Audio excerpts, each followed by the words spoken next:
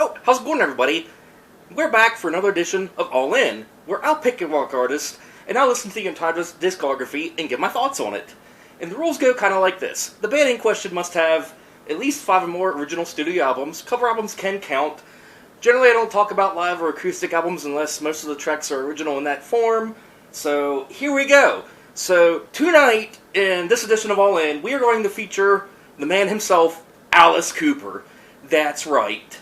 And he definitely fits the criteria for sure. And so, he has 30 original studio albums, and he has 8 studio albums with his original band, and 22, or how many is, 22 as a solo artist. I had to think about that for a minute, but you're probably sitting here thinking, wait a minute, didn't you guys just do Alice Cooper a few months ago? Yes, you would be right. But here's the thing, we're going to call this Alice Cooper Part 2, and it's going to be different than how we normally do two-parters here. So, in this case, GMC was the one that listened to the entire discography and gave his thoughts on it. And I was in the video, I gave my thoughts on the albums I have heard at that point, which really was only the few albums he did in like the mid-80s into early 90s. But I decided myself to take the deep dive into Alice Cooper. And since we did that all in, he has released an additional new album called The Revenge of Alice Cooper here in 2025. And this is very special because it's like after 50 years of being apart, the original band gets back together and records this album. So, sort of like a reunion and a 30th album, definitely a landmark album for sure. But getting into it, before I get into it, how I got into Alice Cooper, and I'm sure I said this on the other video, my dad had a cassette tape of the album Trash, and it got played in very heavy rotation in his truck, and that's kind of how I grew to know and love Alice Cooper, and that album still to me is like timeless, and that's like the first of his stuff I heard, and then it's like when I heard like his earlier stuff, like School's Out, No More Mr. Nice Guy, it's like, wow, this is really different. So he really has a diverse sound over the years across his whole entire career. So his albums range from Pretty's For You all the way back in 1969, nice, all the way to 2025's Revenge of Alice Cooper. So very wide timeline here. And yeah, he started putting out content a year before Ozzy did with Sabbath, which is crazy to think. The man's almost 80 years old, still touring. Gotta love it. So, let's get into it here. So, here's kind of my physical stack of Alice Cooper. So for years I was getting by on like Alice Cooper classic hits. It kind of covers like what he did with the original band, the best of the original band, I guess. Good compilation. It has your essentials like I'm 18, It's My Body, you got Under My Wheels, of course School's Out, you gotta have that one in there. $1 Billion Babies, No More Mr. Nice Guy, some epic tunes there. And this is another one I've always listened to over the years as a good compilation. This one covered more late 80s, early 90s, so you had Poison, Hey Stupid, Feed My Frankenstein, House of Fire. And then you had like quite a few live cuts there at the end. Good stuff here if you like the 80s, early 90s Alice Cooper, sort of like the hairband era. And then had this compilation also, which it covered, I would say this covered maybe his first 10 years here. It covered mostly when he was with the band. And then you had a couple cuts here from, like here you have Welcome to My Nightmare, I Never Cried, Clones. So those are all songs that were after he left the original band, when he was more solo, if you will. So, let's begin with the original content here. So, we're going to start off talking about 1969's nice Pretty's For You, his debut album. And nothing that I really knew off this album, but you have Titanic Overture, 10 Minutes Until Warm, Sing Low Sweet Cheerio, Today's Mueller, Living, Fields of Regret, No Longer Empire, Liberty Bell, BB on Mars, Reflected, Apple Bush, Earwigs to Eternity, and Changing Arranging. And my thoughts on that album, it's you're kind of, at this point, you're sort of in like that 60s psychedelic era. You know, it could almost rival, like, it almost could rival, like, early Pink Floyd, maybe, like, Annie-Gata-Da-Vida, you know, sort of songs from that era. So, very different from what I'm used to hearing from Alice Cooper, but that was him in his infancy, so I can't really fault it. Not my favorite, but I can't really fault it either. So, we move on to 1970, the next year, we get Easy Action, and here again, sort of still in the psychedelic realm of rock, there at the tail end of it, you got Mr. Misdemeanor, Shoe Salesman, Still No Air, Below Your Means, Return of the Spiders, Laughing at Me, Refrigerator Heaven, Beautiful Flyaway, and Lay Down and Die Goodbye. And here again, I wouldn't say it's, and a lot of the whole discography, not really memorable, but again, in its infancy. So I would say sort of like a follow-up to the last album he did there. So here we're getting into when I think he started getting popular. So 1971, we get Love It to Death. So yeah, I would say this is what broke his popularity right here. So we start off with Caught in a Dream. Very good opener on that album. I love that song. You have I'm 18. Very epic anthem. Still heard till this day. Long Way to Go. Black Juju. It's My Body. Hallowed Be Thy Name. Second Coming. Ballad to White Fry. And Sun Arise. And so far in the discography, I would say this is the best one of the first three. But I feel like I'm 18 kind of got him in the door as far as popularity goes, with a song that you hear till this day. So then we move on, again, 1971, we got Killer. Very cool cover with a red cover with the face of a snake. This is where Alice Cooper really started to get his character, so to speak. No, I'm not drinking beer tonight. That's just peach tea. I'm sort of recovering from, like, a back injury that I've been dealing with for the past month and a half. Like, back pain isn't a joke. I'd rather get kicked in the nuts than fucking deal with back pain. But getting back to the topic at hand, Killer. So, we have Under My Wheels, really good one there. Be My Lover, Hello It Flies, Desperado, You Drive Me Nervous, love that tune. Yeah, Yeah, Yeah, Dead Babies, and we end it with the title track, Killer. And here, I would say between this album and the last album, that's where he started getting a little more heavier, more into his, I would say, his 70s trademark sound. But, there we go, good album. And then we move on to 1972, we have the very epic album, School's Out. Now, everybody knows this song. Even the Gen Z kids know it when you ask them about it. So, of course, you start off with School's Out, arguably their most popular song ever in the history of his songs. We have, after that, Looney Tunes. We have Gutter Cat vs. Jets, Street Fight, which is instrumental, Blue Turk, My Stars, Public Animal Number 9, and then Alma Meter and Grand Finale. And as a full album, I didn't like this as much as the last one, but, you know, School's Out, I mean, what an epic tune there. Gotta give that one credit. So then we move on to 1973. We have Billion Dollar Babies, and here going with the snake theme again. The album cover is sort of like a snake skin. Very cool. He's definitely in his trademark at this point. So here we start off with Hello Hooray, Raped and Frozen, Elected, which is real good. The title track, Billion Dollar Babies, really awesome tune there. Unfinished Suite, another good epic tune there, No More Mr. Nice Guy. We have Generation Landslide, Sick Things, Marianne, and we end it with I Love the Dead. And, yeah, I would say, I don't know, this almost ties with Killer at this point. But yeah, really good album, not disappointed. So then we move on to 1973, we have Muscle of Love. So, this would be the last album with the original group, at least in the 70s. So, we start off with Big Apple Dreamin', Never Been Sold Before, Hard-Hearted Alice, Crazy Little Child, You flip it over, you have Working Up the Sweat, Muscle of Love, which is real good, Man with a Golden Gun, Teenage Lemon 74, and we end it with Woman Machine.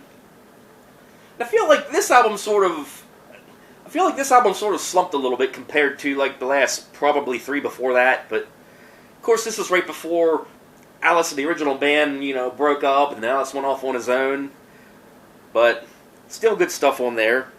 Highly recommend it. So here, moving on to another era of Alice Cooper. So I'll call this like his very early solo area. So here we go to 1975. We have Welcome to My Nightmare, very popular album. So, and this kind of goes more towards theatrics than anything. I would say like from this album to maybe his next 4 or 5 is like more theatrical. But anyhow, you have Welcome to My Nightmare, Devil's Food, The Black Widow, Some Folks, Only Women Bleed, Department of Youth, Cold Ethel, like that song there. Years Ago, Stephen, Awakening, and Escape. And yeah, all in all, not a bad album. I think it's better than the last one that he did with the group. But moving on, 1976. So he's putting them out like about every year here at this point. We have in 1976, Alice Cooper Goes to Hell. Real cool psychedelic looking cover with his face in green and his dark hair and the yellow background. So we have Go to Hell. Really good way to start the album off. He always has good openers for his albums, I noticed. You Gotta Dance, I'm the Coolest, Didn't We Meet, I Never Cry, which is sort of like a ballad type song. Give a Kid a Break, Guilty, Wake Me Gently, Wish You Were Here, I'm Always Chasing Rainbows, and Going Home. But, not my favorite work of his, but definitely a good solid effort. So then, moving on, we got 1977's Lace and Whiskey. And here we have It's Hot Tonight, Lace and Whiskey, Road Rats, Damned If You Do, You and Me, King of the Silver Screen, You Bang We Stomp, No More, Love at Your Convenience, I Never Wrote Those Songs, and My God. And this is where I feel like Alice Cooper sort of like the content of his anyway didn't really stick. Like I never you go from like Go to Hell all the way to his 80s stuff, and like I never heard any of it. I mean, maybe I need to give it a few more listens, but not too memorable to me, but I didn't hate it either. And then, same would go for 1978's From the Inside, though it does have a cool cover. So From the Inside has a picture of Alice Cooper with the trademark eye makeup that you still see with him today. Like, you see it on this compilation. So definitely another trademark of his. So here we have From the Inside, Wish I Were in Beverly Hills, The Quiet Room, Nurse Rosetta, Millie and Billy, and that was with Macy Levy. You have Sirius, How You Gonna See Me Now, For Veronica's Sake, Jackknife Johnny, and we end it with Inmates, We're All Crazy. And I think this album and the last album got a little bit more poppy, like 70s, sort of like 70s soul poppy a little bit. Like that's what I mean. Like he diversifies in his sound, so you got to give him that. But not really a fan of that album. Okay, so moving into the 1980s, we're still sort of in the theatrics / poppy era of Alice Cooper. His early 80s stuff, I'm going to tell you right now, is not even close to like hair band sound. It's sort of like a carryover from the 70s sound, if I had to guess. So, Flush to Fashion, 1980. We have Talk Talk, Clones, We're All, which, not a bad song there. We have Pain, Leather Boots, Aspirin Damage, Nuclear Infected, Grim Facts, Model Citizen, Dance Yourself to Death, and Headlines. And, like I said, there again, not that memorable, but not bad either. 1981, we get Special Forces. So we have Who Do You Think You Are? Who Do You Think We Are? 7 and 7 Is, The Prettiest Cop on the Block, Don't Talk to Me, Generation Landslide 81, which is a live version of Generation Landslide. That actually came off one of the earlier albums originally. I don't know. Kind of weird they put like a live cut on that album. Then you have Skeletons in the Closet, You Want It, You Got It, You Look Good in Rags, You're a Movie, and Vicious Rumors. And then moving on, 1982, we have Zipper Catches Skin. Ouch, that sounds like it would hurt. So here we have Zero's Ascent, Take the Money, Scrooge's song, I Am the Future from the motion picture class of 1984. We have No Balcony Hummus Fanes. We have Adaptable, Anything for You. I Like Girls, Remarkably Insecure, Tag You're It, I Better Be Good. Yeah, I'm Alive, and yeah, that's it for that album. And then 1983, carrying on to sort of this more 70s vibe, even though we're in the 80s at this point. 1983's Dada. We have the title track, Dada, Enough's Enough, Formerly Warmer, No Man's Land, Dyslexia, Scarlet and Shelva, I Love America, Fresh Blood, and Pass the Gun Around. So, yeah, so that would be Alice Cooper's first solo era. I'm going to call it like the more like the theatrics and 70s hangover era right there. Not personally my favorite era, but it's kind of cool to see like different sides of him throughout the years that I never knew existed. So like basically everything after Go to Hell to this, I've never heard it before. Never knew that there was this many albums of his. Okay, so this is, to me, in my opinion, this is getting to the good stuff here. So we approach 1986, the longest break he's had between studio albums at this point. We get 1986's Constrictor. Now this is where he starts getting more heavy again, like real heavy, and he's kind of fitting in with like the hair band sound of the time. And I heard that, I borrowed this actually from GMC. That's the first time I heard it. This and the next album is how I first heard them, through GMC. So we start off with Teenage Frankenstein, real cool song. We have Give It Up, Throw My Gorilla, Life and Death of the Party, Simple Disobedience, We Flip the Tape Over, The World Needs Zene's Guts, Trick Bag, Crawlin', The Great American Success Story, and we end it with He's Back, The Man Behind the Mask. And that, even though that's sort of a poppy song, it's kind of catchy, if you will. But very cool album. Loved it the first time I heard it. Definitely recommend it. So then, moving on, 1987, Raise Your Fist and Yell. Now this, I think, is like a little more heavier than Constrictor. And I would say more heavier than Trash, too. So I'd say this is the heaviest album of the 80s for him. So we start off with Freedom. Real good fucking song. Crank that shit up when you hear it. We got Lock Me Up, Give the Radio Back, Step on You, Not That Kind of Love. We flip it over and we get Prince of Darkness, Time to Kill, Chop Chop Chop, Gale, and Roses on White Lace. And here again, I would say definitely carry over from Constrictor, but a little bit more heavier. But these two albums really don't have quite the hairband formula that we've always talked about. Like, you know how like hairbands always got to have that power ballad somewhere in the middle of that album. They didn't quite do that yet, but still, good stuff from them two albums. So then we move on to my most recognizable album of all time, Trash, from 1989.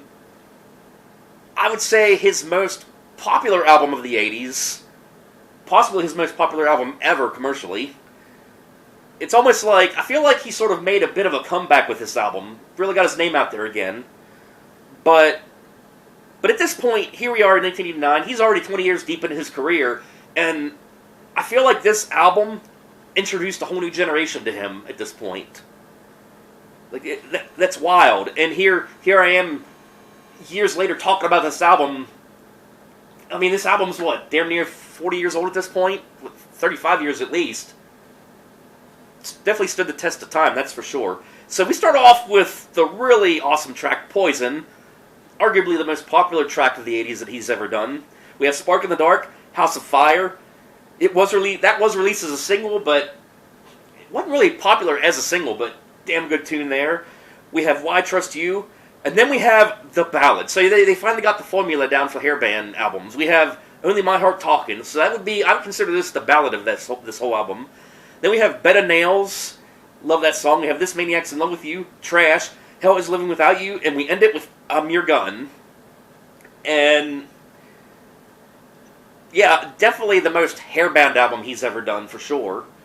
And GMC said it in the last video, definitely his horniest album, if you listen to the lyrics, especially like, you listen to Bed of Nails and House of Fire, and Trash, like they're all sort, and I'm Your Gun, yeah, they're all sort of like sexually innuendo songs, you know?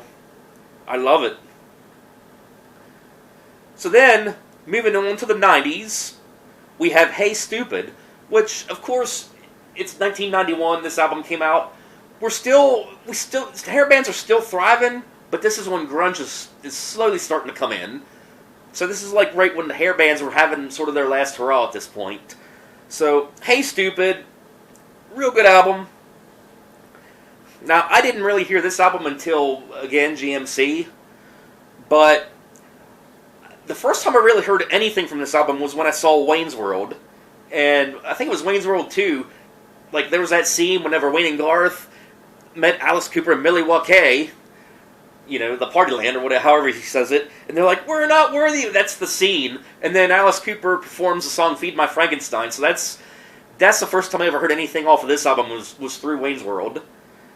But as far as the whole album goes, you have Hey Stupid, the title track, real good stuff. Love's a Loaded Gun, you know, going with the whole gun thing again from the last album. You have Snakebite, Burning Our Bed, Dangerous Tonight, Might As Well Be Mars, of course, Feed My Frankenstein, Hurricane Years, Little by Little, Die For You, Dirty Dreams, and Wind Up Toy. And, you know, if you get the bonus tracks, you get It Rained All Night. And I feel like they kind of did the hair band formula in this one, too, with Love's a Loaded Gun as being like a, you know, a power ballad. But, yeah, definitely a good follow-up to Trash for sure. So, like, definitely like 80s, early 90s Alice Cooper, like, top-notch in my opinion. So then, moving on, we have 1994, we have Last Temptation. Now, at this point in time, we're deep into the grunge era. Like, the hair band party has already ended. But yet, you have Alice Cooper out there doing his own thing. He doesn't care. So, My Last Temptation, we have Sideshow, Nothing's Free, Lost in America, which is pretty good. We have Bad Place Alone, You're My Temptation, Stolen Prayer, which is sort of like a power ballad song. You have Unholy War, Lullaby, It's Me, and we end up with Cleansed by Fire. And I kind of feel they sort of did the hair band formula here, too, with, you know, with having a ballad in that one, too. But, you know, like, maybe a couple years too late during the time, but a good solid album for sure. I think if it would have rolled out maybe a year or two sooner, it could have got a little more success. But, yeah, not bad at all. Now, I know I said I don't typically talk much about live albums or anything like that, but I figure this one's worth touching on a little bit. So, in 97, we get A Fistful of Alice. So, a popular live album he did in 97. All the live tracks were recorded in 96. So, I mean, it's mostly stuff that he's done originally from, like, his previous albums. But it is worth mentioning, like, some of these tracks that he did live were with, like, guest artists. So, like, for example, like, when he did School's Out, Sammy Hagar was involved in that one. Lost in America involved Slash. Only Women Bleed also involved Slash. Feed My Frankenstein and Elected both involved Rob Zombie, and Elected also involved Slash. So he had some guest appearances on this album, which it's definitely worth checking out if you like, you know, guest appearances and whatnot. But for live album, it was pretty good. And he did an exclusive track to this album called Is Anyone Home? And it kind of like the whole album was recorded in Mexico. Like the live tracks were recorded in Mexico, and it sort of carries that little bit of a theme over to the new track. So that's kind of cool. So then, moving on, we're back to studio albums. So here we enter the 2000s. So this is the longest break that Alice Cooper has ever had between studio albums. So he comes back in 2000 with the album Brutal Planet. And you want to talk about a different sound like you wouldn't expect from Alice Cooper. This damn album is like heavy as shit. Like I'm talking like it's about as heavy as like a Rob Zombie album. You could almost compare it to that a little bit, believe it or not. So here we start off with Brutal Planet, real cool track, real heavy. You got Wicked Young Man, Sanctuary, Blow Me a Kiss, which was a single from it, but never caught on. I actually heard, like, back in the day of 98 Rock, they did Love It or Shove It. I actually heard them play Blow Me a Kiss on there, but after that it never really got out anymore. But, yeah, definitely a good track for sure. So we have Eat Some More, Pick Up the Bones, Pessimistic, Gimme, It's the Little Things, Take It Like a Woman, and Cold Machines. And if you get the bonus track, you have Can't Sleep, Clowns Will Eat Me. Which I think about that, and I think about the Simpsons clip when Bart would say that. Can't sleep, clown will eat me. Can't sleep, clown will eat me. Oh, well. So then we're moving on to...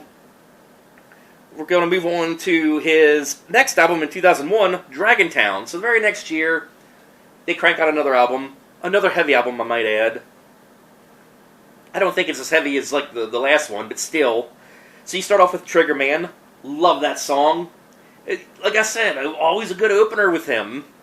You have Deeper, you have the title track Dragontown, you have Sex, Death, and Money, you have Fantasy Man, Somewhere in the Jungle, Disgraceland, Sister Sarah, Every Woman Has Its Name, I Just Want to Be God, So Much Too Late, and Sentinel. And here again, this one also has a bonus track, Can't Sleep, Clowns Will Eat Me. But if you like real heavy rock, definitely recommend those two albums for sure. Like, I would definitely call this Alice Cooper's heavier era. And at this point in time, we're deep into the nu metal on the mainstream side of things. But Alice Cooper here, he's doing his own thing. Good stuff. So now, moving along, we have The Eyes of Alice Cooper. Now, I actually bought this on physical. I bought it on Amazon. It's weird. Like, some of these older, obscure albums that are forgotten about, you can't download them anymore. So I ended up going on Amazon and going physical on this one. So, yeah, real cool album art. Shows the whole, like, his eyes and everything, like I said earlier. So this one from 2003, The Eyes of Alice Cooper. We have What Do You Want From Me, Between High School and Old School, Man of the Year, Novocaine, Bye Bye Baby, Be With You a While, Detroit City, not Detroit Rock City, just Detroit City. We have Spirits Rebellious, This House is Haunted. Yeah, Life Should Never Peel Like This. We have The Song That Didn't Rhyme, I'm So Angry, and Backyard Brawl. And, yeah, all in all, I mean, they maintain their heaviness. And, like, what you don't get with downloads. Printed album right there. Like, you even get artwork on the album, on the CD itself. That's what I miss about, like, going to the music store and stuff. Like, there's not many music stores around anymore. So then, moving on, 2005, we have The Eyes of Alice Cooper. So here again, another one I had to order. You know, I couldn't download it. And the only other way you could hear it is maybe like you go on YouTube and listen to it that way. But another damn good album that's kind of overlooked.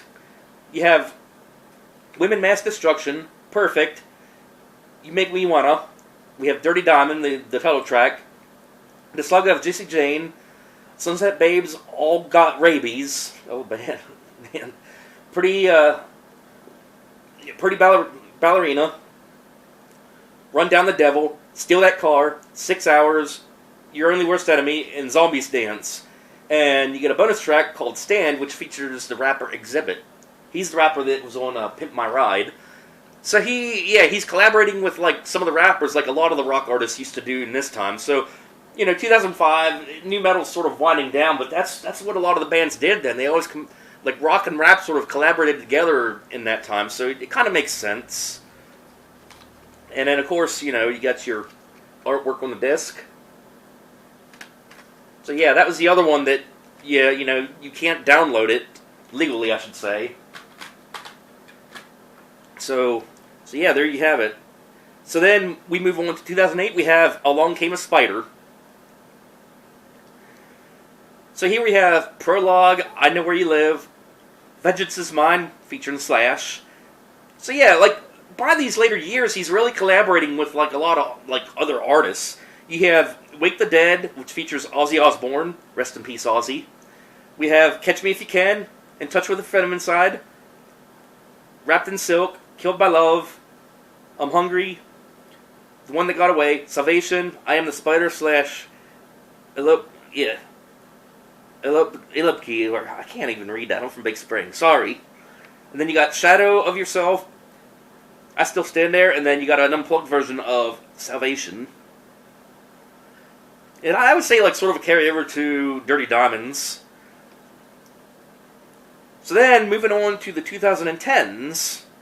So this is where Alice Cooper sort of, like, he's still putting out albums, but not, like, as frequent as he used to in the 70s and 80s.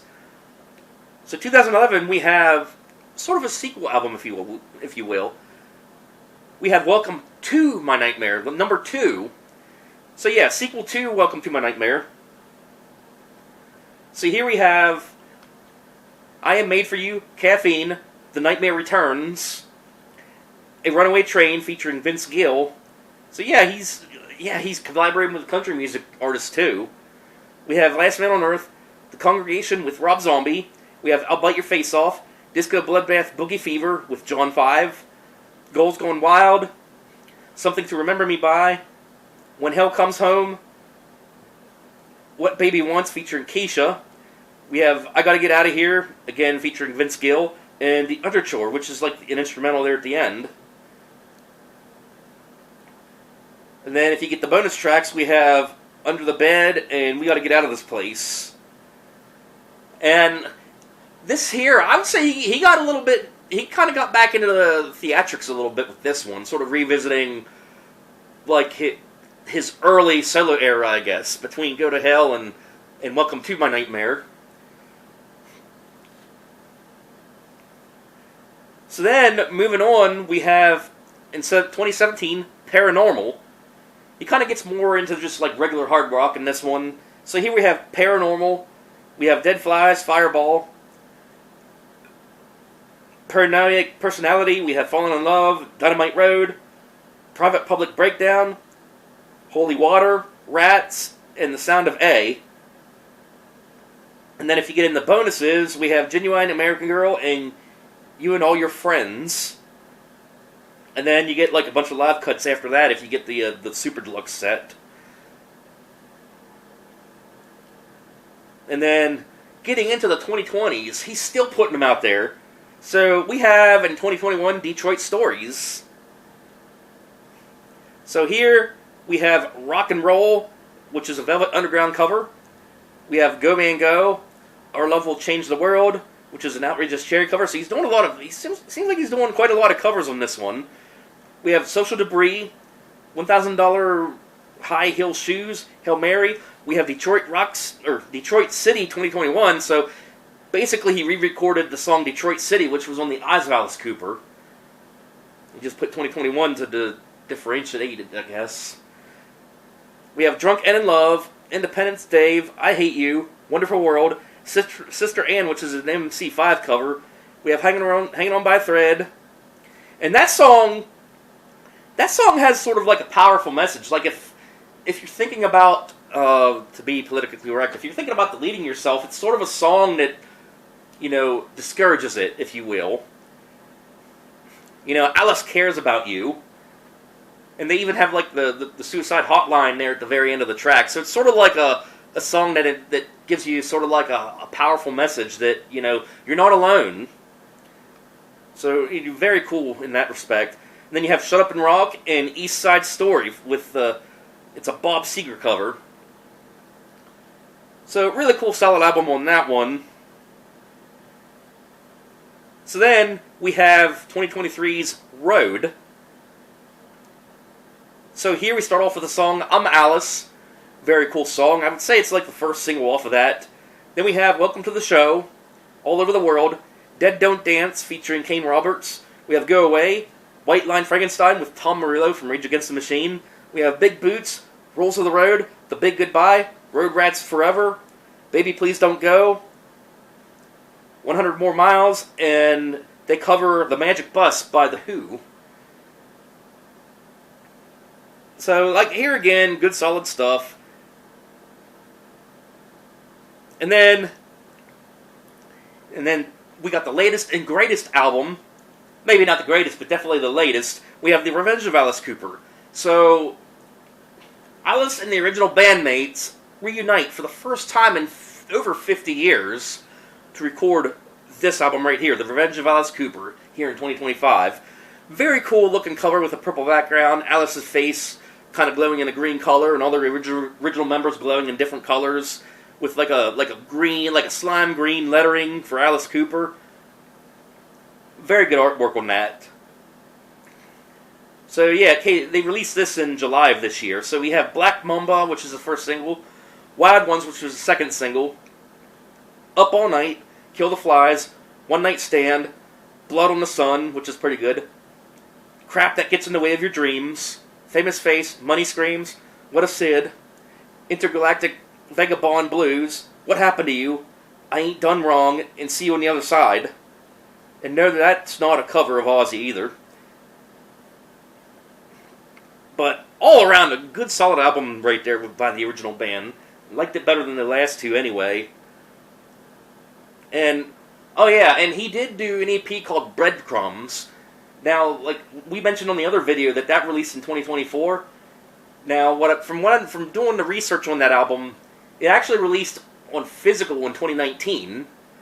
And a lot of it was like covers of bands that were based from Detroit, but then there was like a few songs on it that had landed on like the Road and Detroit Stories. So it's sort of like half covers and half future tracks, I guess you could call it. But they did re-release it in 2024 with a couple bonus cuts as a download. So it came out in 19, re-released in 2024. But yeah, Alice Cooper, what can I say? The man's a legend. So I'm trying to figure out how I want to rank these albums. I mean, there's so many here. I definitely want to rank like the original Alice Cooper band era from like 69 to 73. So I don't know, probably my least favorite. I would say it's a toss-up between Prettiest for You and Easy Action. Not bad albums, but you know, they didn't really stick out in my mind either. But as far as favorites, oh, I don't know. I'm kind of like teetering here. I'm gonna say Love It to Death,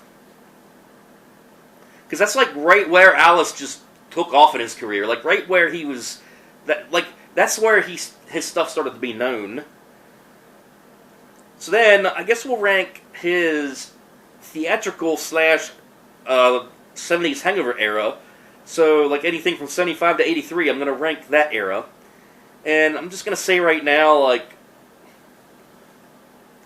anything he did from like Lace and Whiskey all the way to Dada, it's like, not really that memorable, but maybe I should just sit down and give it a few listens. So I'm not really going to pick a least favorite in there, but as far as my favorite, definitely Welcome to My Nightmare. Okay, so getting into the hairband era of Alice. So we're going to say like 86 to 94 as far as what he did there. Even though 94 is not really hairband anymore. That album at the end did sound hairbandish, I guess. But as far as ranking those albums, I liked them all. They were awesome. But I'm going to say Last Temptation, though I don't hate it, my least favorite of that group. My favorite, obviously, Trash. And that's coming more from a nostalgic point of view. Just the fact that my dad had it on heavy rotation on a cassette tape in his truck. And to this day, I still enjoy that album. So definitely good stuff in that era. Okay, so we're going to go like, how am I going to break this up? How do I want to break this up? So I'm going to say,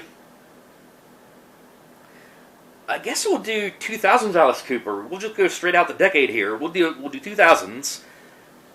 So as far as my favorite and my least favorite there,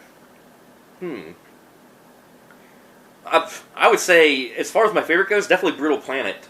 Very heavy, unexpectedly heavy, by the way. very good stuff. As far as my least favorite there, probably Along Came a Spider. Not really that memorable. So then we're going to rank the very last 5 as an era. So, or actually the last 4, I'm sorry. So, let's see. My least favorite of the whole era there, probably Welcome to My Nightmare with the number 2.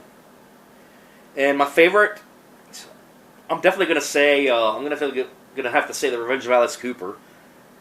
You know, just because, I mean, it's sort of like a reunion album and sort of a landmark album, and just, like, every track is good on that album.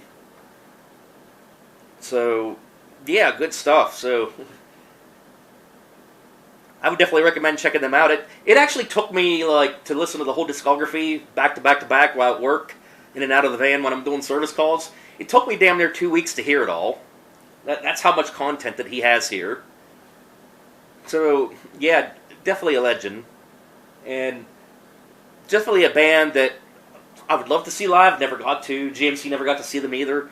Now, I will note, though, that we did get the opportunity to eat at his restaurant down in Phoenix, Arizona called Coopertown.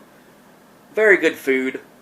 And, like, if you ordered this special chili dog, like you would, like a bell would get rung or something, it would bring everybody's attention or something, but I heard Coopertown ended up closing down at some point. I don't know why, but apparently the casserole that you could order there was his, I don't know if it was his mom's or his grandma's recipe or something, but yeah, it's definitely a good restaurant. We ate there twice when we were down there.